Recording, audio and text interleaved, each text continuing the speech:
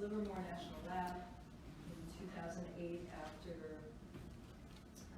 21 years of service. And he also taught at the University of Tokyo and was a visiting professor at the Tokyo Institute of Technology. In addition to that, if you can imagine, he also worked at the International Atomic Energy Agency in Vienna and was a fellow at CSAC at Stanford University. So Jor-Shan has helped me in many projects, and he was a participant in a few of the activities that we had under this grant from the Carnegie Corporation of New York that looked at transparency and plutonium. I'm going to talk a little bit about the background of this project and what we tried to do, and give you a little bit of a framework. Then we're going to switch over to Jor-Shan, who's going to talk about some more, a little more substantive things, and then we're going to switch back to me, and I'm going to just give you a brief summary of our conference report. We have copies out on the table from the meeting we had back in June in Vienna. So let's see if I can click on this. For those of you who know a little bit about nuclear security, you might ask, why are you even looking at this, right? The world is, in some respects, going to hell in a handbasket when it comes to arms control, or fissile material, and everything else. You know, Iran is in the news daily, as well as North Korea, and nothing is happening on the nuclear disarmament landscape. So why are you bothering to look at fissile material? And so my short answer to that is, you know, fissile material, until we, I guess, move to fusion energy, right, is going to be a building block of both nuclear energy and nuclear weapons. And so you're always going to have this problem where you need to control it, and you know, nuclear security is a kind of long-term commitment and responsibility by all countries involved in it. So we still have to keep our eye on that long-term ball, even as we're struggling with all these other issues. So I have, some of your faces are familiar to me. I know some of you may either work with Chris Cahill, or so you know a little bit about nuclear energy. Obviously, the military and civil uses are inextricably entwined, and there is a lot of material still in both sectors, mostly in Russia and the United States, but there are countries, and we'll talk a little bit later specifically about Japan, which has developed a, you know, a growing, still growing, and either, you know, leveling off stockpile of separated plutonium. When you look forward into the future, and I am admittedly one of those skeptics about how much nuclear energy is going to grow into the future, because there's still some, you know, serious, I don't want to call them obstacles, but there's some serious concerns still, whether, you know, if you're going to talk about long-term storage or disposition of spent nuclear fuel, safety, security, all of that. But when you look at the plans of advanced nuclear states, there is the potential that we could move towards a plutonium economy, right? So when, you know, Russia is probably the furthest along in terms of fast reactors. Right now, they are mostly fueled with highly enriched uranium, but they, you know, the plan eventually is to fuel them with plutonium. So if we move to that future, then you're going to have a lot more material, and you need to think about how you are going to at least manage it, right, if not restrict it. So I'm going to kind of breeze through this, the history, but some of it's kind of instructive. You know, we've been trying to control both nuclear weapons and atomic energy since the very start. And so this is just a little bit of background from, within months of the first use of nuclear weapons, leaders, not just President Truman, but also the Canadian and UK prime ministers proposed this commission to look at controlling atomic energy, as well as eliminating nuclear weapons and establishing this safeguards and inspections regime.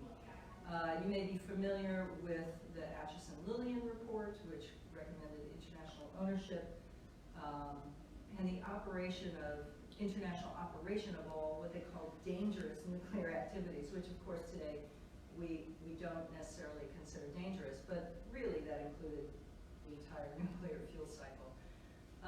The Baruch Plan recommended international managerial control or ownership, and then of course we have the first UN Atomic Energy Commission report in December of 1946, which called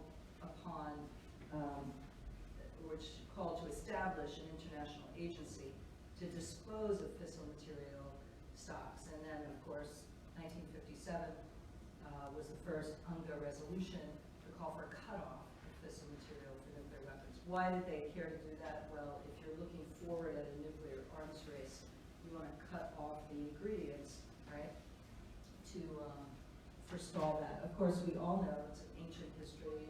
None of that happened. We did wind up with an International Atomic Energy Agency, but we're very, very far away from any kind of international control or ownership.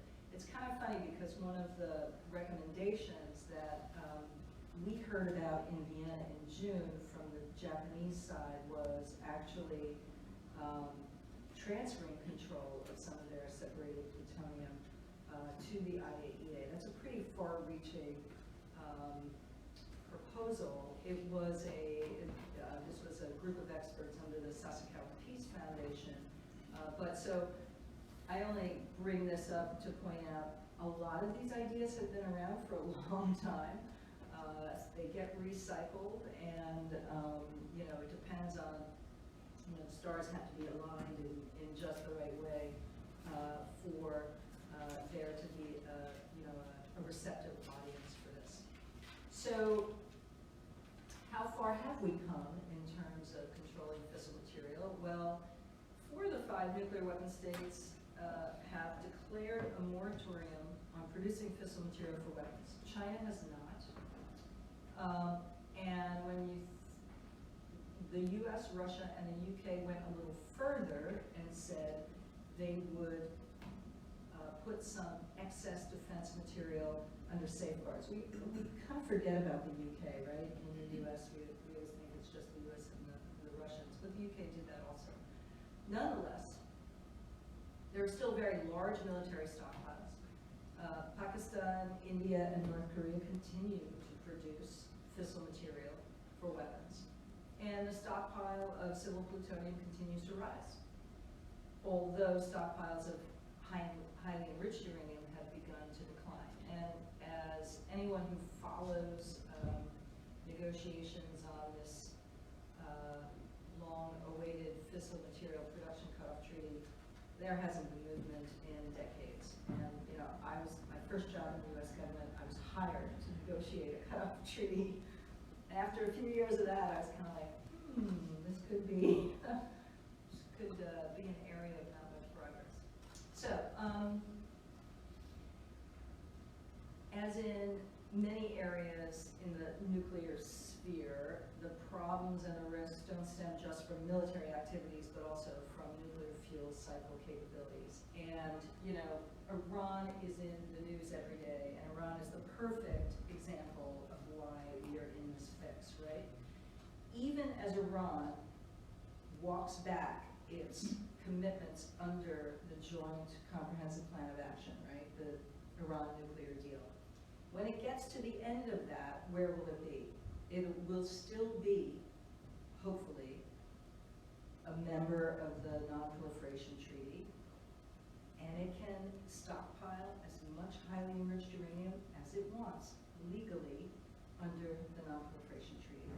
That's just a fact. That's why countries had to get together and ask Iran to do more, right? Of course, 20 years of clandestine activities and lying about what they had. But within the Non-Proliferation Treaty, the problem is that there are gaps. And so this is not just true for non-nuclear weapon states, but also the nuclear weapon states, right? They have a commitment to nuclear disarmament, but they really don't have to do much legally. And so we began to pay more attention to the nuclear security element of this, not just the non-proliferation element, about, I would say, 10 years ago, maybe a little bit more. And the Obama administration led 4 rounds of nuclear security summits. Those mostly addressed, primarily focused on material in the civil sector. When you ask Obama administration officials, they would say, no, well, we didn't rule out that stuff in the military. But really, they looked at mostly highly enriched uranium and mostly that material in the civilian sector. And so I reached a point, and I'm not the only one, where the question was, okay, well, we've been fairly successful on highly enriched uranium. What's going on with plutonium? What mechanisms do we have? And so I was involved in, I led a project for a few years called the Fissile Zero Futures project that looked at norms in 3 areas: in nuclear weapons, and transparency, reducing highly enriched uranium and naval fuel, and also in civil plutonium. You can see, if you Google Fissile Zero Futures, you can see all the reports and publications that we did. And then a second project that I initiated was nuclear transparency project. I mean, that's kind of, it was originally called something else, but we ran into problems with the South Asians, right? They just did not want to be the focus of transparency measures. And so, but that had 2 basic elements, which is, how do we get India and Pakistan to exchange more information about the fissile material that they have? It's really hard. And then the other element was, how do we promote improvement in these guidelines for plutonium management, also known as INFCIRC 549. These guidelines have been around for more than 20 years. There have been annual reports, and as you'll see from some of the data that Jor-Shan will show, somehow those stocks just continue to rise. So we have these declarations, but there's been no real progress on how to make sure that stockpiles don't grow. Okay, so just a little bit about INFCIRC 519. In the early 1990s, I would say there was a lot of optimism about what we could do since the Cold War ended, right? So, in the nuclear weapons front, we had Yeltsin and Bush had the presidential nuclear initiatives, right? We're going to take all our tactical nuclear weapons back. We're going to stop producing fissile material for weapons. We're going to place excess material under safeguards. And so the International Atomic Energy Agency said, well, that's great, why don't we get a group of countries together and we'll talk about plutonium and how you manage it. And I think maybe some of the US and Russia thought, well, we've made these unilateral declarations on plutonium, can we get a little more mileage out of it? But there was a little sense of nervousness, whatever. Whenever you get into a multilateral sphere, there's always the danger that smaller countries can kind of use that forum for their own purposes. And there are very clear examples of this. And so the countries who had plutonium stockpiles said, you know what, thanks very much, we're going to do this ourselves. And so they did. And the international guidelines for plutonium management were published they were formulated and eventually published in 1998. And there were 4 aims of that, right? One was to say, yeah, we're gonna underscore our existing standards of security and safeguards. We're going to think a little more strategically about how we manage plutonium. We're going to improve transparency, and then we're going to enhance these controls on international transfers, right? You have to remember most of the nuclear weapon states are not bound by the same obligations that non-nuclear weapon states have. So the US, for example, has a voluntary safeguards agreement. So when the IAEA comes, the International Atomic Energy Agency comes over, they don't just, inspect what they want. They have a list of facilities, and we say, okay, you can choose one or two. And most often, the IAEA doesn't even inspect things in the United States because why should they, right? There isn't a compelling non-proliferation reason to do it. But they do occasionally do safeguards on storage, those kinds of things. The other, so I talked a little bit about the optimism, like maybe we can do a lot more in this, in the euphoria after the end of the Cold War, but there was also pessimism about the growth in these plutonium stocks. You had 219 metric tons of separated plutonium.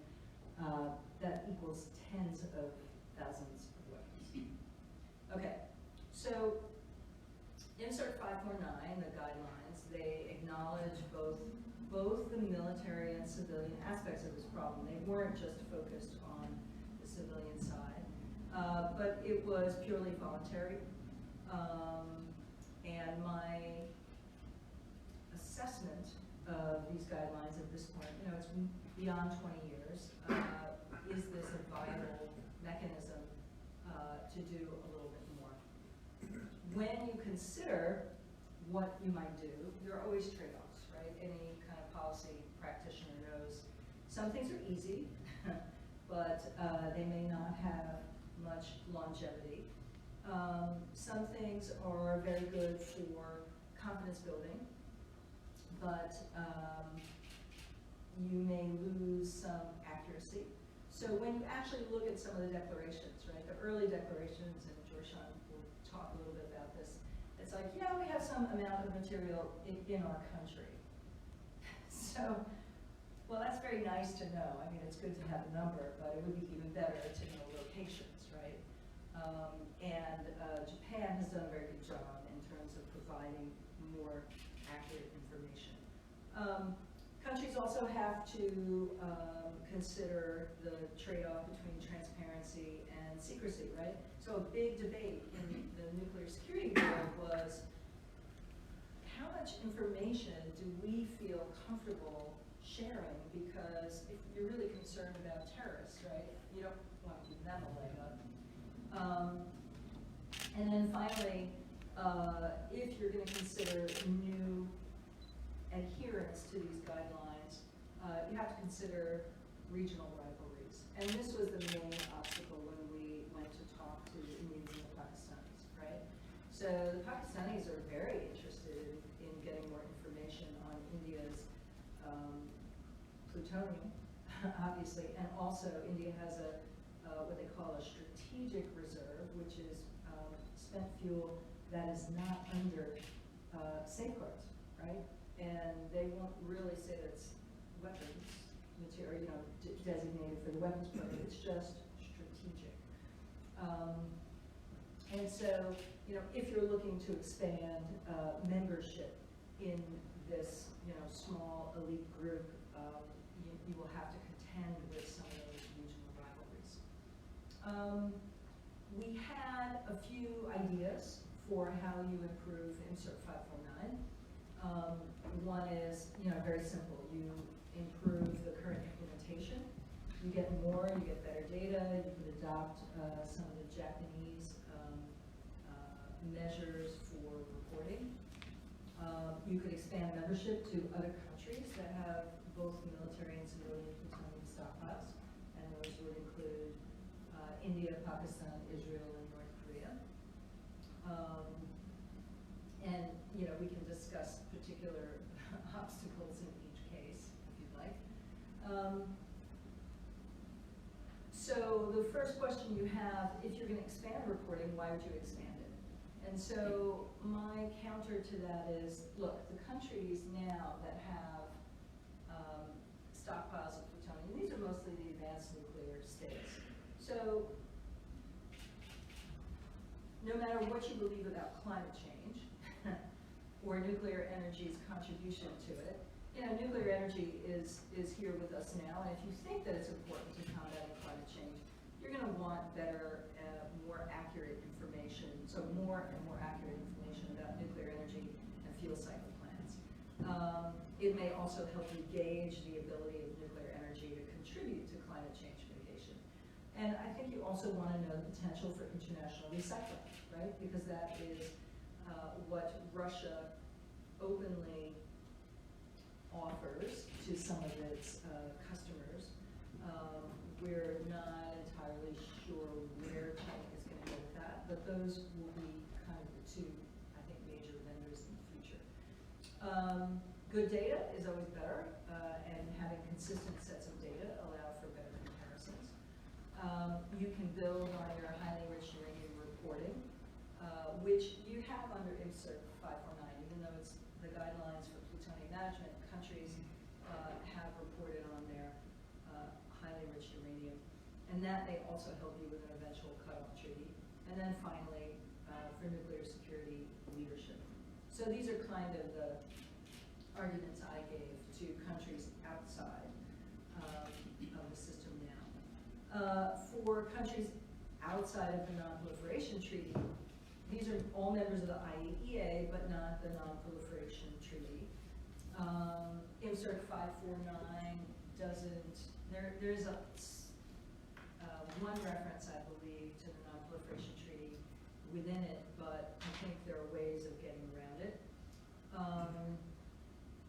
So it's my view that there's nothing inherent in the guidelines that would preclude a country outside the Non-Proliferation Treaty from making declarations. And the main problem is finding incentives. So how do you find incentives for those countries? And so the question is, would you have certain regional groupings where you could kind of create an environment where they might have incentives to do that? We put together a roadmap for how you implement this, and you know, frankly, over the last 2 years, and you know, Miles has been a part of those meetings also. The ironically, I think it's some U.S. government's lower level staff people are interested in how you might reinvigorate the guidelines. The Swiss leadership, and the Swiss have led this group for 20 years. They're kind of like, we're not so sure we need to do much more. But there are small steps that I think that you could take. So one is, you know, these countries get together, they make their declarations. It's like a lunch meeting in Vienna once a year, right? So obviously the first thing that you could do would be, okay, let's have a longer meeting. Let's actually talk about our you know, fuel cycle plans. You could meet for more time. You could do something within the NPT review conference. The U.S. could do something under its new initiative, creating the environment for nuclear disarmament. You could do something also within the nuclear suppliers group. There's no kind of you know, lack of sort of mechanisms for doing this. You just need the political will. The real question is whether the U.S. could provide that leadership, or whether you're looking to other countries to do that. And so one of the conclusions from our meeting in June, which I'll talk about a little later, is Japan, if they had the political will to go forward, might be an actual good candidate for that. So I'm going to turn the podium over to Jor-Shan now, and then at the end we can just look at a few of the recommendations from our June meeting. We'll get out of the problem.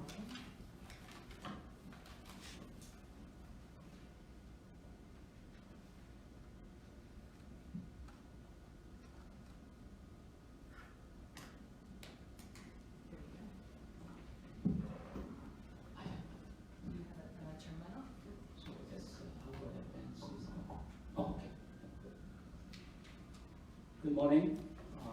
Thank you, Sharon. My name is Jor-Shan Choi. We follow, Sharon's talk and just give you a little bit more information. Follow what I have been presenting in June last year in Vienna. I call it, the title of that talk in Vienna is exactly what you see on the screen: reducing the risk of plutonium stockpiles, a roadmap. And today I wanted to.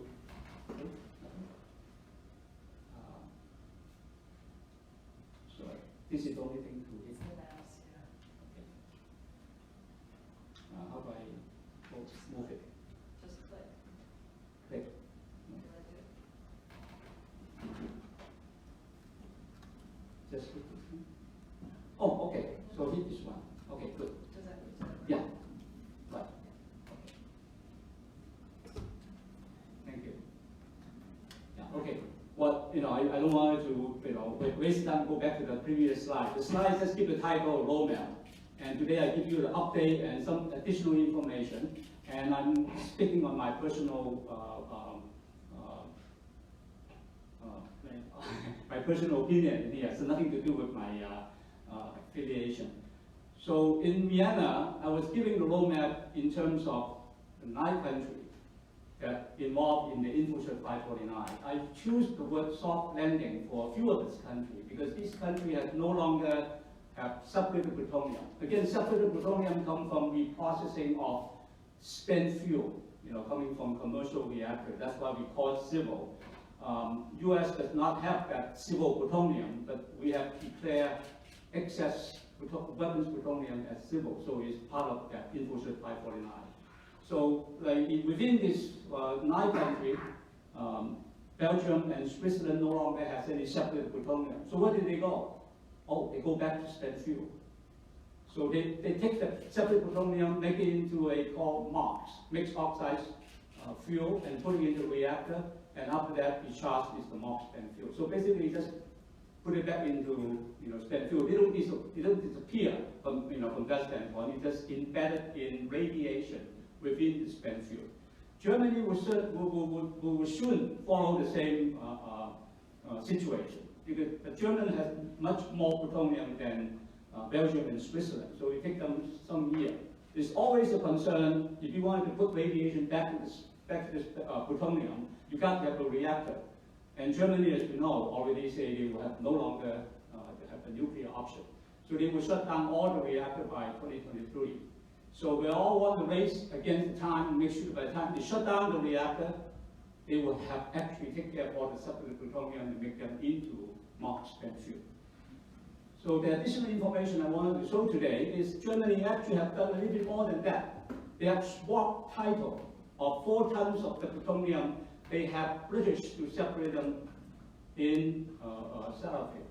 That title is taken by now. The 4 ton is no longer a German plutonium, separate, no radiation, but belong to part of UK. But the Germany is saying, I'm not going to pay for anything, so it just take 4 tons of MOX made in Melun, France, and then have that MOX spent fuel sent into the German reactor to complete it. So from the German standpoint, they still see the 4 tons of plutonium in their reactor. So the transaction between UK and France is part of that contract within the 2 countries. It's just subject to a commercial arrangement. So that title, swap, is actually helping Germany to complete for the entire use of the entire plutonium faster. In Japan's situation, what I reported in June is okay, now after Fukushima, you have almost all, the entire 54 reactors shut down. A few of them are restarted now, and half of that shut down reactor will eventually restart, depending on when they will finish that review. So that means Japan will lose at least 50% of the reactor. Most of them are boiling water reactor, like Fukushima. So with no nuclear power plant, then you have MOX fuel made in Europe, sent back to Japan, you still have no machine to use them. So Japan was stuck with either separate plutonium or separated assembly of plutonium embedded assembly, still fresh, no radiation. So you pay for something you really haven't really done much, because taking the plutonium from fresh assembly, MOX assembly, it is still a step to take, but it's not as difficult as taking spent fuel, taking plutonium from radiated spent fuel. So, but Japan also have a plan to start their own reprocessing, which is the Rokkasho reprocessing plant in the north of Honshu. And next to Rokkasho, they want to make a JMOX, which is their own MOX fuel assembly fabrication plant, following the completion of Rokkasho.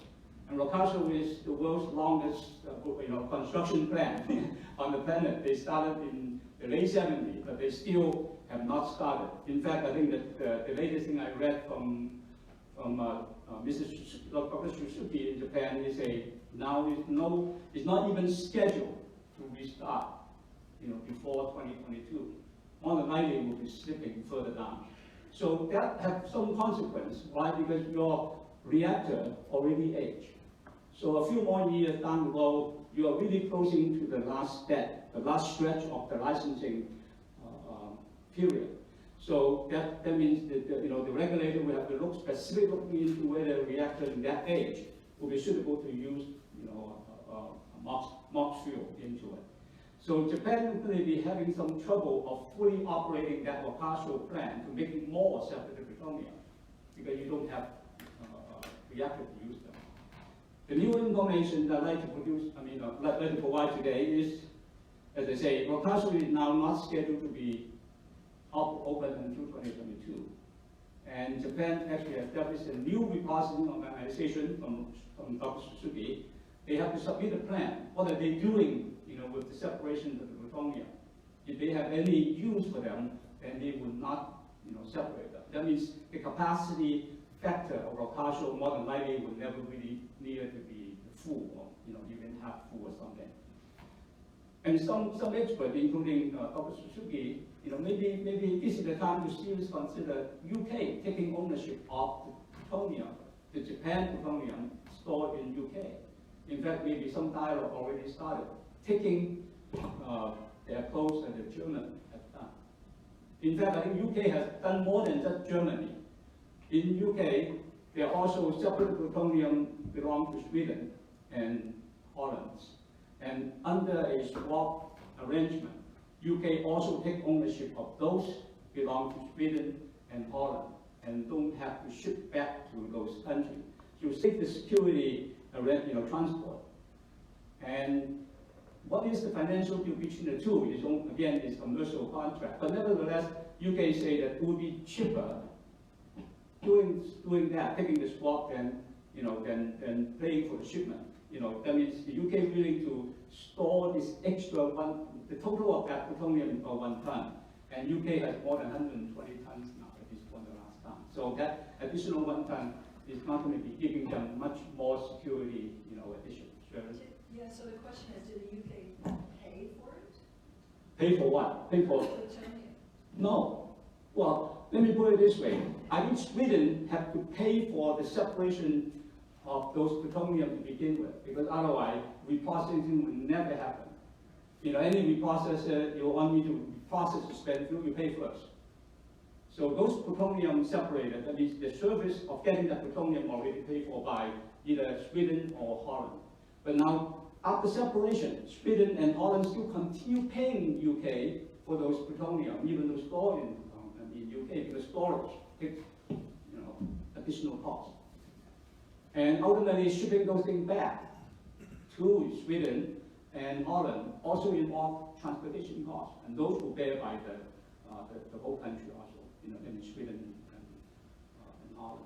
By taking, an accounting, simply just move the ownership of those plutonium to UK, then you do save some of the transportation and security costs. And so I would say that at this point there is not a conversation between France and Japan, because in fact I think most of the separate plutonium belong to Japan are stored in France. And the reason for those swap is UK no longer has a MOX fabrication plant. ultimately it's going to be a challenge for the Japanese what to do with the separation plutonium stored in UK. So UK has to find a way to help its customer, because the original contract is not only separation, it has to be separated and make it into marks before it's shipped back to Japan. So now UK say, I don't have a marks plan. So this is the German condition. They have to swap it, have the marks made in France and ship it back. Japan will not have that yet, but ultimately Japan will face the same similar, question. What to do with those plutonium in France if they don't have a reactor to use them. So not because of France doesn't have a marks fabrication. What if Japan no longer has any viable reactor to use them? Yeah. How many? They have licensed some of the reactors to use MOX in Japan. How many are licensed now? Well, at this point, all the license that they have acquired before Fukushima no longer valid, including even Fukushima number 3. As you know, already used MOX. They have not put into the reactor, but they already have MOX on site, and maybe even the core. But nevertheless, I think that those MOX in either fresh assembly or maybe very little burn, MOX, we have to take it out. But how many post Fukushima have Oh, pardon? Are any licensed post Fukushima? Yes. MOX. Fukushima number 3 was licensed to use MOX. No, the other reactor. The other reactor, they are PWR. So how many PWR currently actually, operate for like 8, or maybe even less than that? And how many are licensed? So I have to provide the information. I don't have a clear count for them, but I will believe that 4 or 5 of them. Yeah, I think so. In our conference report, there's a little summary. So I believe there are 4 that are licensed, but Tatsu Suzuki, when he was with us in Vienna, said he thinks that may be rolled back for maybe security reasons. I'm not quite sure. Well, because after Fukushima and also the establishment of the NRA, many of these things are still in flux. So, Akakawa, I think, is already licensed to use MOX, but I do not know whether they currently have any MOX in the core. That is what matters. But we need to look and find out maybe from Suzuki.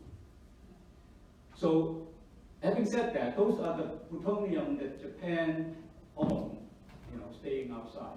But in Japan, there's still about 9 tons of them. So these are what we call legacy plutonium. These are the plutonium from the shutdown Monchu reactor, and some of the criticality safety, criticality assembly, or maybe some of them plutonium separated in Tokaimura and from Joyo.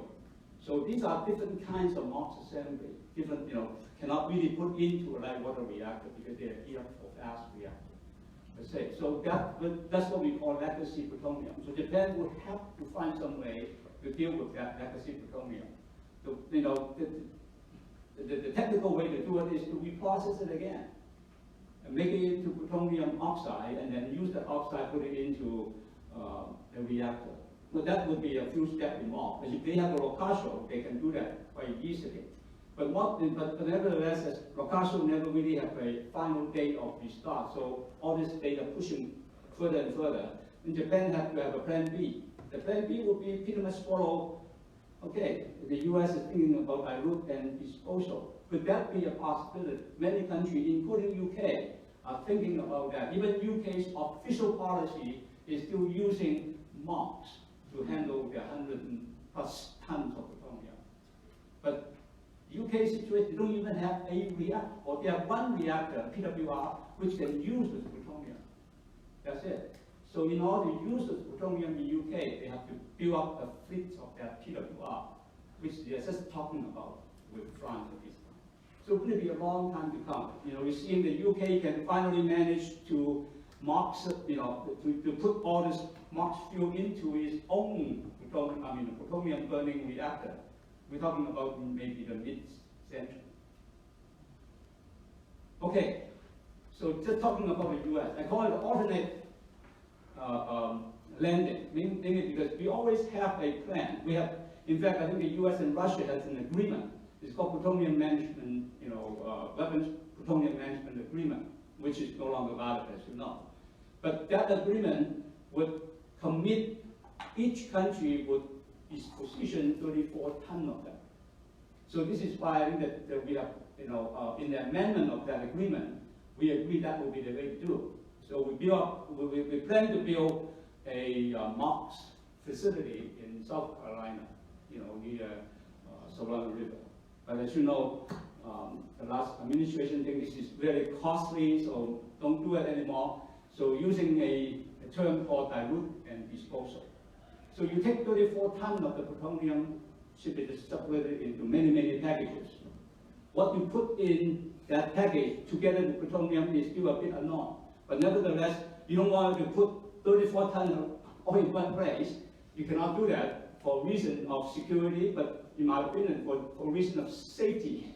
You just could not have that 34 tons all together and have a lot of criticality safety problems to deal with. In fact, even for WIP taking a lot of contact waste from Los Alamos, Livermore, there is a plutonium limit, I would say fissile limit in each of these packages, what we call contact waste drum, is 200 grams. So you can divide 34 tons by 200 grams. That's the number I was showing up here, just for calculation purposes. That's minimum, the number of packages. If we want to dispose that 34 tons of weapons plutonium and destined to WIP, which is in New Mexico. But so that's where you get the 170,000. That's exactly. And So, how many can WIP take? well, you can take all of them. Okay. That's not a problem. Okay. WIP is really not a capacity problem, but I always look at this transportation and a security problem. Contact waste is something that is contaminated. We're using gloves, all plutonium are not countable. When I say uncountable, means when you look in the glove box, something stick on the glove, that's all you know. If you really wanted to say how many atoms are stick in my glove, okay, good luck to find out. But if I have actual 34 tons, and if I even take one of those 17,000 drums, I know whether we'll get 20 grams in there. You can make it into powder. You can sprinkle the powder all over in this drum. I know there are 24 grams of real plutonium in that drum. That knowledge is important from a security standpoint, because that's how concentration always falls into it. And more than likely, to reduce the transportation cost, you would like to work up the limit more than 200 grams per drum. So 70,000, as you know, can WIP take all of them? Yes. But even if you take all of them, you still involve a lot more costs in shipping and handling. So more than likely, they will put more of them in this drum. So that adds to the security concern. So at this point, what is the chemical form of the dilute? When you dilute it, when you put it in the drum, what do? You put cement or you put other garbage. Nevertheless, these are chemical mix. These are not spent fuel or mock spent fuel that is already embedded, radiated. It's not even radiation in it. So that the security level has to be concerned. And that for both WIP and transportation, and more than likely, Russia, knowing that we have already decided that's the way to do it, say, okay, and you don't follow this PMDA that we agreed in 2000 and the amendment in 2011 anymore. So that's no longer valid. So that is the diplomatic, a little pitch involving the two countries, because we no longer have any leverage with the Russian weapons plutonium. France has, is the only country that operated the processing plant and MOX. So they have a way to balance that plutonium. So I call it the cruise control. But how long can they actually operate the cruise control is everybody's guess. Because the heart, which is the reprocessing plant, is getting old. I toured the facility recently in 2018. I found out many of the dissolvers, separators need to be replaced. This is not even an upgrade. They need to be replaced in order to go on. The evaporator is really not in any operated shape.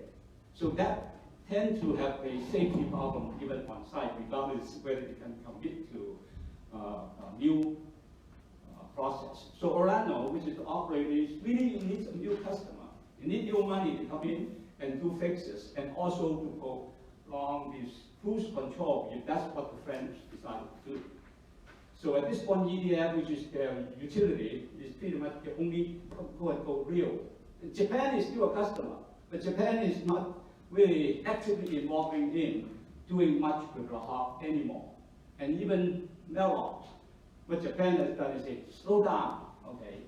You know, we have about like 20-some tons here, but don't do it in 5 years, do it in 15 years. So that is the condition that I can see the Japanese each trying to working with the French on.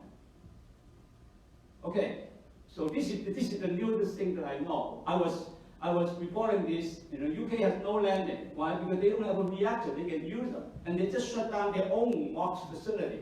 So they don't even make plutonium into MOX fuel anymore. So, but they have a, you know, in June I was reporting, I was saying it just my own suggestion. Maybe a cooperative landing between UK and France can make that arrangement.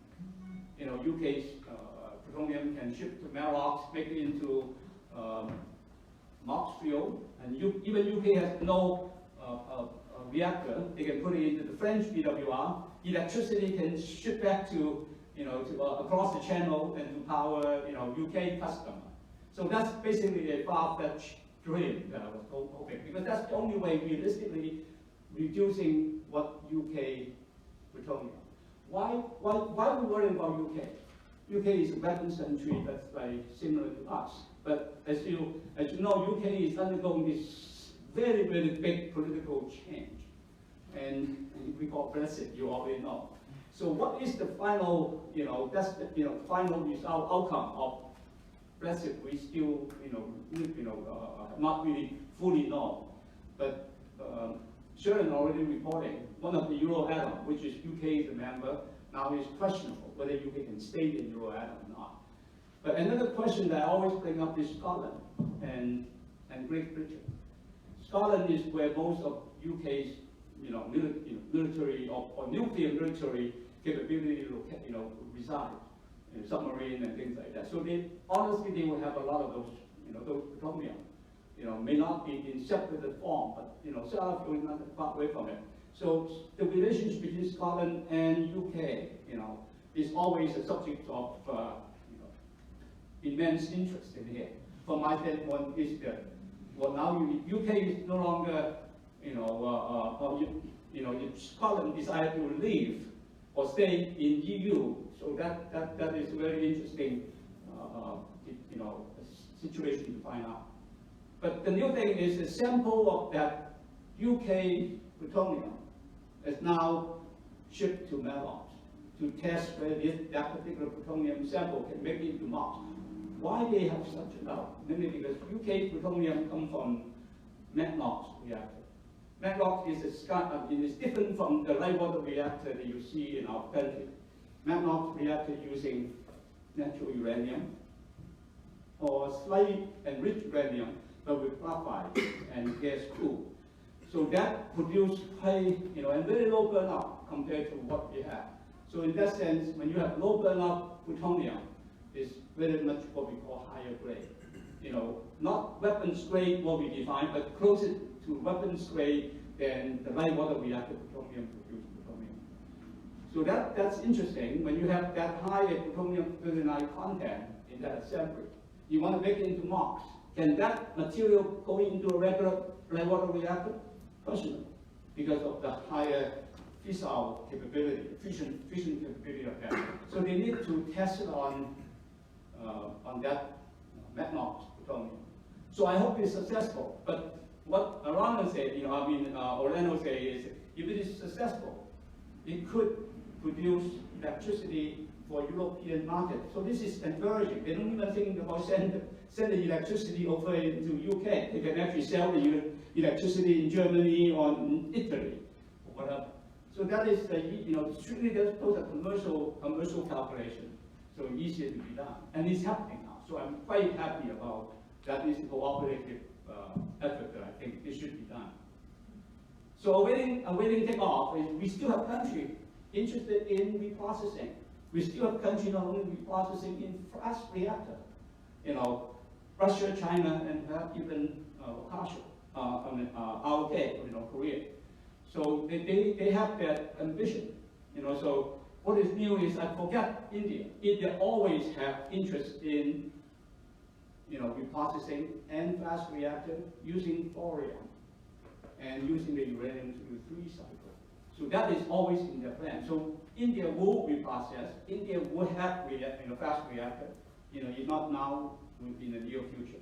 And Russia is constructing a small blast type of fast reactor. The blast reactor is a special type using it's a uranium nitride fuel, and it's so it's lead cool, lead biscuit cool. So they have tried this reactor type in their submarine, but nevertheless, the blast reactor will use lead cool reactor. If they construct and operate that, it will be the world's first commercial reactor.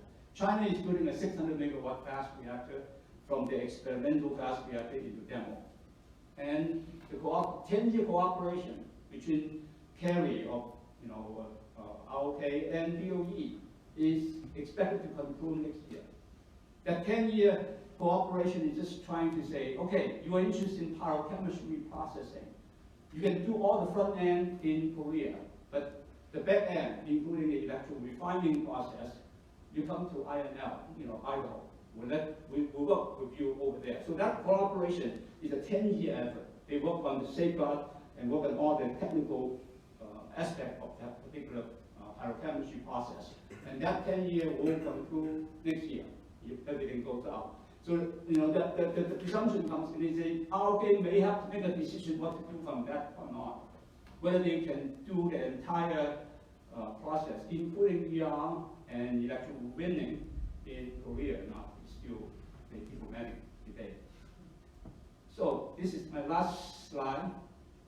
Transparency, I always say that, okay, the 9 country, I should have showed some of this curve that I have produced, but I didn't know that this is the talk in here, so I forget to update that information. See, it's the 2-year update. So the last one I have is actually the last in 2016, but we should have some data that's 2018. If any one of you interested in doing it yourself, you can always go into IAEA and search for INFCIRC 549. They have 9 countries holding declaration year after year. So, but I wanted to also say that there is an international conference held in 2000. At that time, the Europeans were very interested in plutonium usage. Because Belgium is using it in their reactor. Switzerland, Germany, France, of course, is promoting it. With the European effort, they actually formed the first and a big, huge conference in Brussels. I was at IAEA at that time, so I was presenting some of these trends. So that kicked off some of the, in fact, I think that, not kick off, but in fact, I think that using the INFCIRC 549 as a focal point for that particular conference. So now, can we, as Sharon say, if we want to look into transparency, can we include all the other plutonium holding countries, like Israel, India, PRK, and Pakistan, included into it? And how to that was the one that I'm interested to look into is the CPTMN, which is a convention for physical protections of nuclear material. Well, it's all nuclear material, but what needs to be physical protected is only 2, in my opinion, highly enriched uranium and plutonium. The security summit so far has been very, very much interested in focus on highly enriched uranium because many more countries have them. And research reactor in particular, every country has a research reactor. We have highly enriched uranium, but not all plutonium. In fact, pretty much the 9 countries is about 90% of the world's plutonium holders. So that small participant, maybe that's one of the reasons that we need to have a separate, venue, like a conference of plutonium management happened 20 years ago. And now, if there are any other interests to even talk about maybe a new plutonium management conference in the context of CPTMN. Security now actually is more important than safeguard. So even though a country doesn't have much plutonium or have low plutonium, but they are interested in security, they may like to participate also. So that's all I have. And the remaining time, maybe we have discussion or question. Thank you. Thank you. So, thank you, Jor-Shan.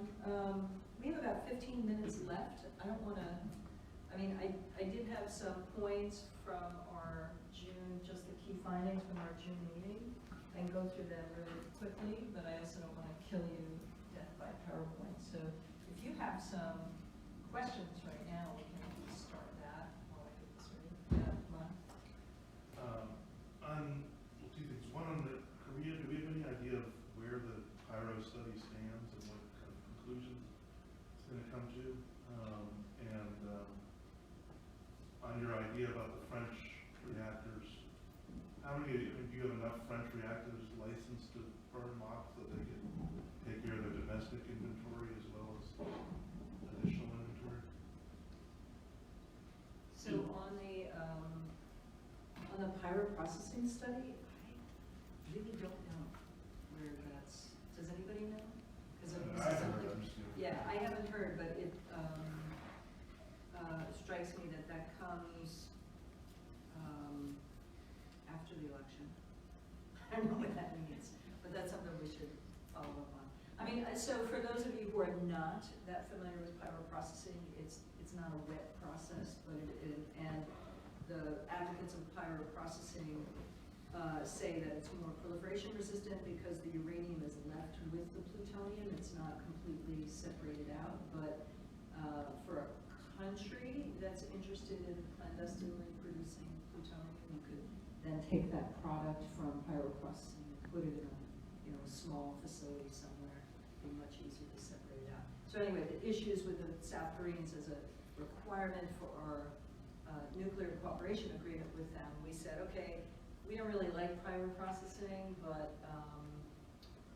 we'll do a joint study and we'll see how it goes. And I think the U.S. was assumed that it's a process that you can do on a small scale, but no one has commercialized it. So we are hoping, I think, that South Korea will conclude that it's really hard to do this on an industrial scale. It's not economic, etc. But we don't know right now. And your Maybe question about maybe I'd like to add a little bit information on that. My understanding of the pyrochemistry in Korea are primarily with the R&D folks, the research and development. Because the long story short is because the manager of Argonne National Laboratory in the 80s, have a project called Integral Fast Reactor. Basically have a reprocessing operation next to your fast reactor, and that reprocessing is based on pyrochemistry. And that manager happened to be a Korean American. I know him quite well, Yun Chang. And then he retired, and then he went back to Kerry. So he actually have worked with Kerry, some of the folks that I know also, and convinced Kerry this could be one way that the U.S. maybe look at it, accept it. Why? Because it's not aqueous, and most of the reprocessing facilities up to that point are aqueous. All the commercial reprocessing are aqueous. Of course, I think that Sharon had make a point. Then even pyrochemistry, you still separate. But they say, oh, we don't have clean separation because pyrochemistry would not like aqueous, cannot separate plutonium just by plutonium alone. So you always have inclusions of fission product in it, a few percent of them. And then they say, oh, that could be a proliferation resistance. But nevertheless, I think that we all know in our weapons work that we clean our plutonium, use pyrochemistry also. So those capabilities is already part of the pyrochemistry alone. But having said that, then it's all not so pyrochemistry is not supported by, in my opinion, the utility, KHNP, the big utility in Korea, not interested in pyrochemistry at all. In fact, I think that may not even supported by the government or the MOVA, but it's strictly part of the education and also part of the R&D. For your question on the French PWR, France has 58 reactors, and currently only 22 of them are using MOX. These are all the MOX produced in France, 58 regular uranium fuel reactors. So that means France actually have excess PWR, 28 of them, or at least every one of those who are not currently using MOX could use MOX in there. So. Thank you very much for interesting talk. I'm Jessica Bufford. I'm at the Nuclear Threat Initiative. And I have two questions. First, when you talked about reinvigorating INFCIRC 549, you talked about improving the reporting and the data that we get from that. How do we convince governments to change how they're reporting and to help, like, to encourage them to report? Because it's a huge hurdle, is just reporting fatigue. So I'd be interested in your thoughts on that. And then the second one is about the kind of chicken and egg of disposing of plutonium through irradiation. Because what we're seeing is all of these MOX plants are being shut down or aren't functioning, and there's some real economic viability issues that in order to keep the ability to produce MOX, you need to have separated plutonium to put into the MOX. So how do you deal with the kind of problem of, in order to have a viable disposition pathway, you need, it seems to be that you need more plutonium to be able to dispose of. So how do we create a policy framework that maintains low levels of plutonium and yet still has a viable MOX disposition process? Those are two great questions. So the first one, Reporting. Reporting. Okay. So this actually goes to some of the key findings from our meeting.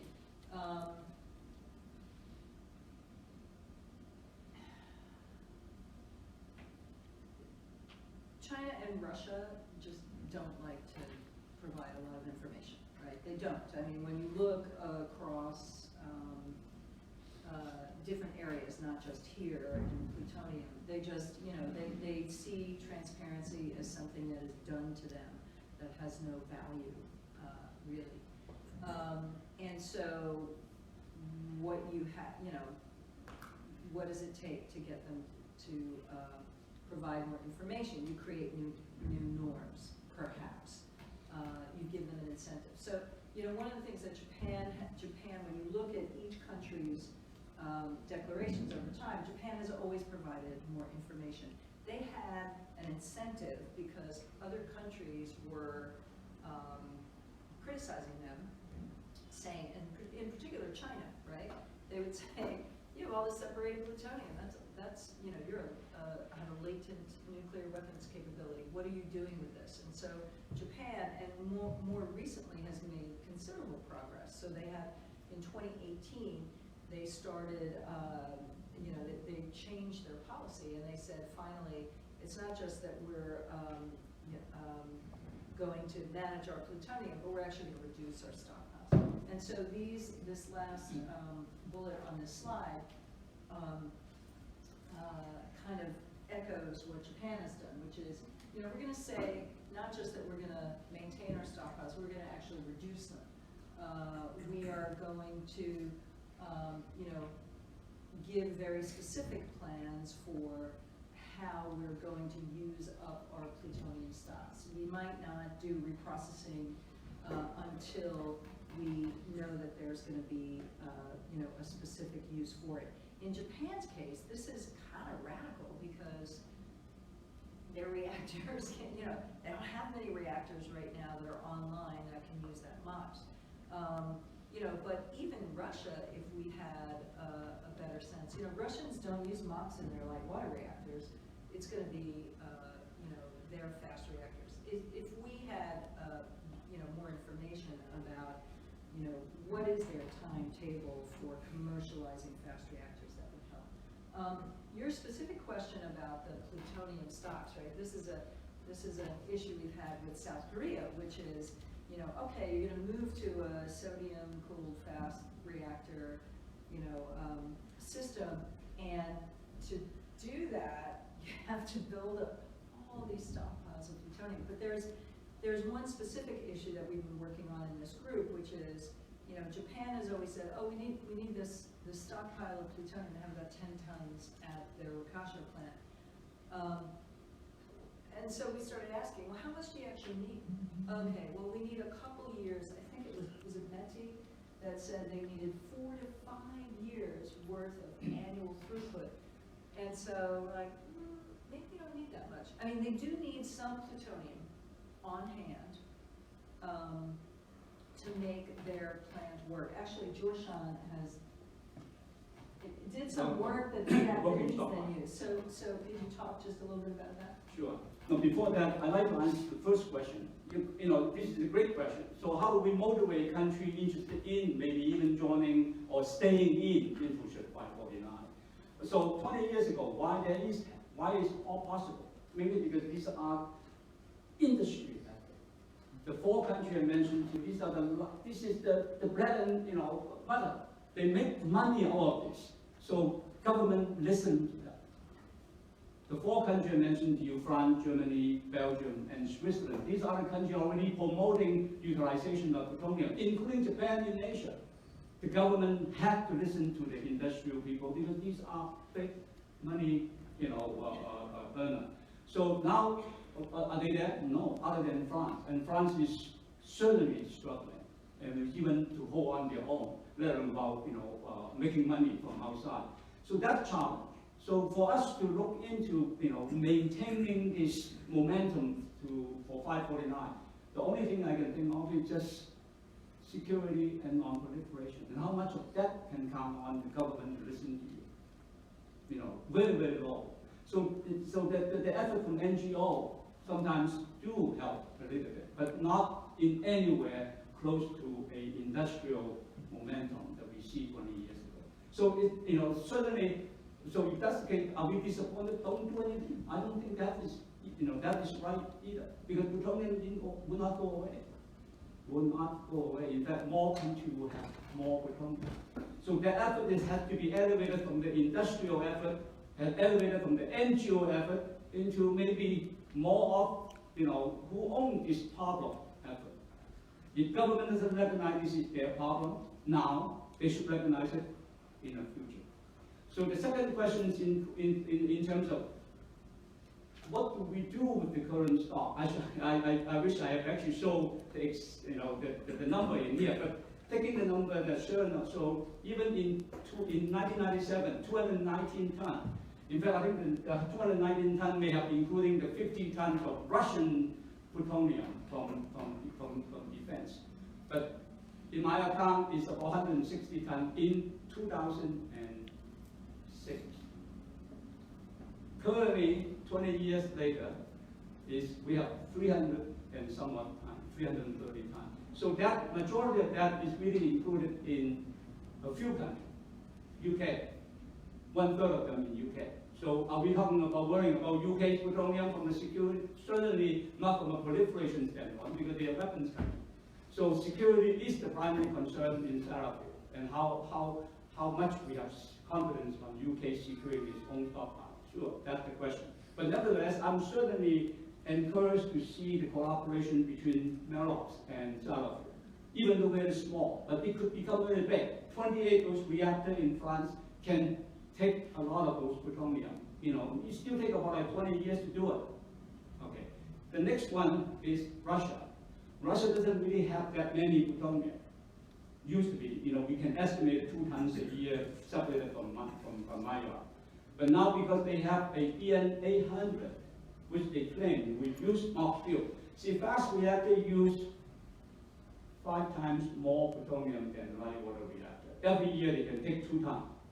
Each of the PWR that we're seeing in Vogel, if we decide to do that, maybe a third, 300 kilograms a year. So that number you can see, using a fast reactor, you can actually run down that plutonium inventory quicker. So they, the Russian actually counting on 2 of those fast reactors would take care of 34 tons in 17 years. 17 is the agreement date. So we take us 5 to 6 PWR, the Russian will take 2. So there is a plan, but no longer there. Because, since we decided to dilute and disposal, we go an alternate way. The Russians stay on course and say, we don't agree with you anymore. So each country is doing it alone. So the next country, this 300 and some odd ton is Japan. Japan is a study, so we already covered that pretty much. Was that the chart? Yeah. That's the one I saw. So, it's 1996. I'm sorry, not 2006. 165. Showing the number of 219. I believe that you add 50 of Russian weapons plutonium, our numbers will be very close. Yeah. But Russia has never called the weapons plutonium, excess weapons plutonium civil. We do. So the US has 49 some odd tons of plutonium going into the civil stockpile because we claim that those are, but actually they are weapons plutonium. The Russians have never declared their weapons plutonium excess or not civil. So currently we have 300 some odd tons. But that date, I mean that chart needs to be updated to 2018, which I didn't have time to do. This is, and I'm just, we're almost out of time, but all of these slides are up on our website, but these are Suzuki-san's slides from this summer, and you can see that there were 3 reactors that were using MOX at the time of Fukushima. Yeah, I think he has another, let me see. Pretty sure, hold on. Maybe that could be.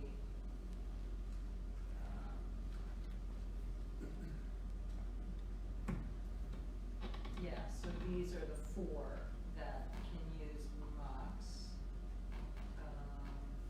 Anyhow, these numbers are online, it's just, it takes a little bit to suss them out. Any other questions before we wrap up? Yes? Just a really quick follow-up on what Jessica asked about incentivize the government to engage with INFCIRC 549.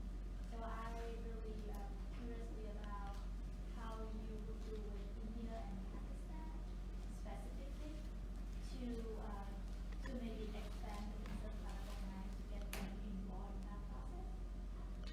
So part of this, thanks for the question, part of this project was to specifically engage with Indians and Pakistanis, both on a track 2 level and then on a meeting also with government officials.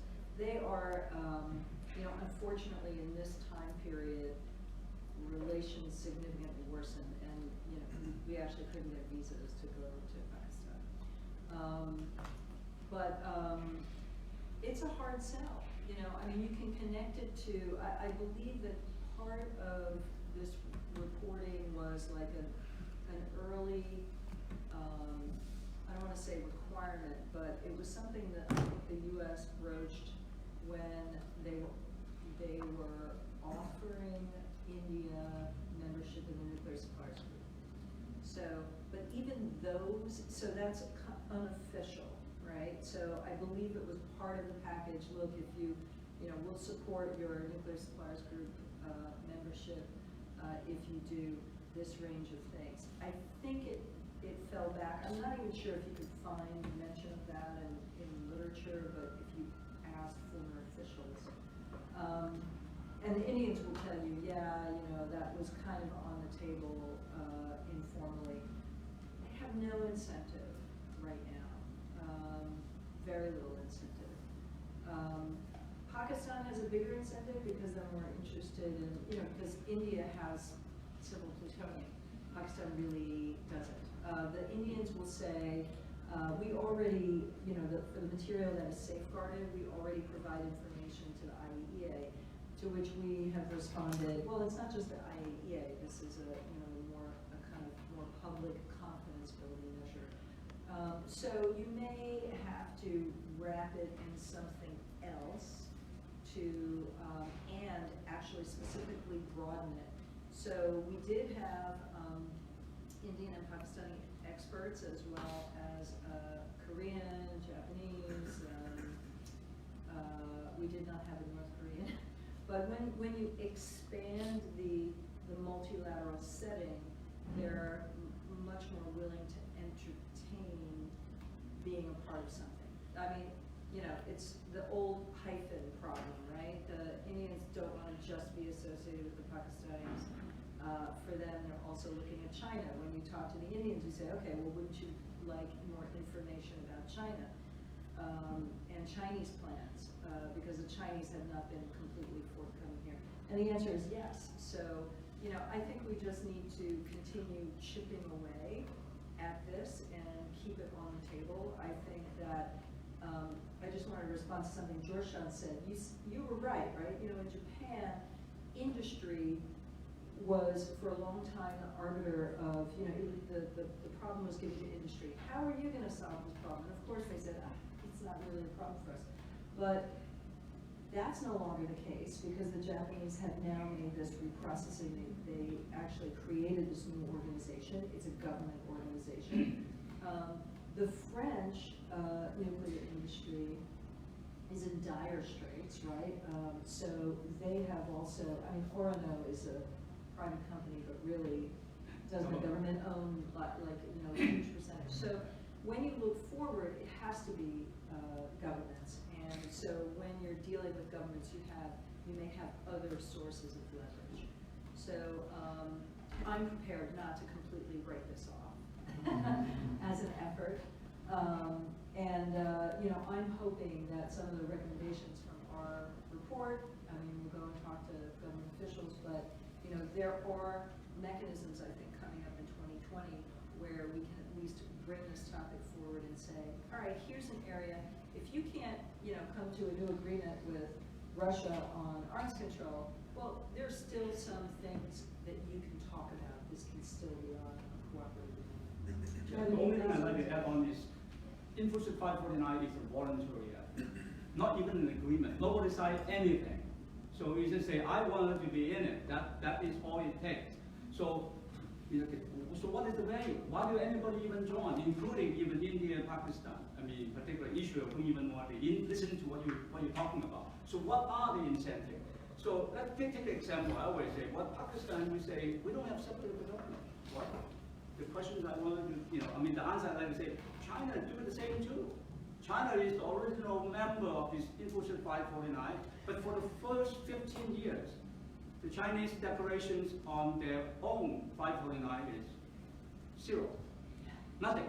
Year after year, they send a zero number to IAEA. So why do you think the Chinese are interested in doing something they call no effort? What your own calculation? So I would say, yeah, it is a voluntary agreement. No, I mean, not even agreement, so voluntary effort. You don't even need to have anything to do with saving the job. So, but the effort I really wanted to go into encouraging this 549 is twofold. One is the CPP&M. I believe that there is something need to be looked at. CPP&M will never complete if they don't want to look into plutonium. Plutonium is no longer just a plutonium issue. It's everybody's issue because why? The second point. In the 549, there is also another declaration nobody talked about. Is how much spent fuel you have. How much spent fuel each of the country has. Now we have more than just 8 or 9 countries. We have 35. Or if we including the research spent fuel, even more. But the commercial spent fuel has plutonium. So it is that declaration we need to emphasize. Because carrying of that plutonium in spent fuel, in my opinion, will be the next problem. Okay. Thank you, all of you. Thank you, Jor-Shan.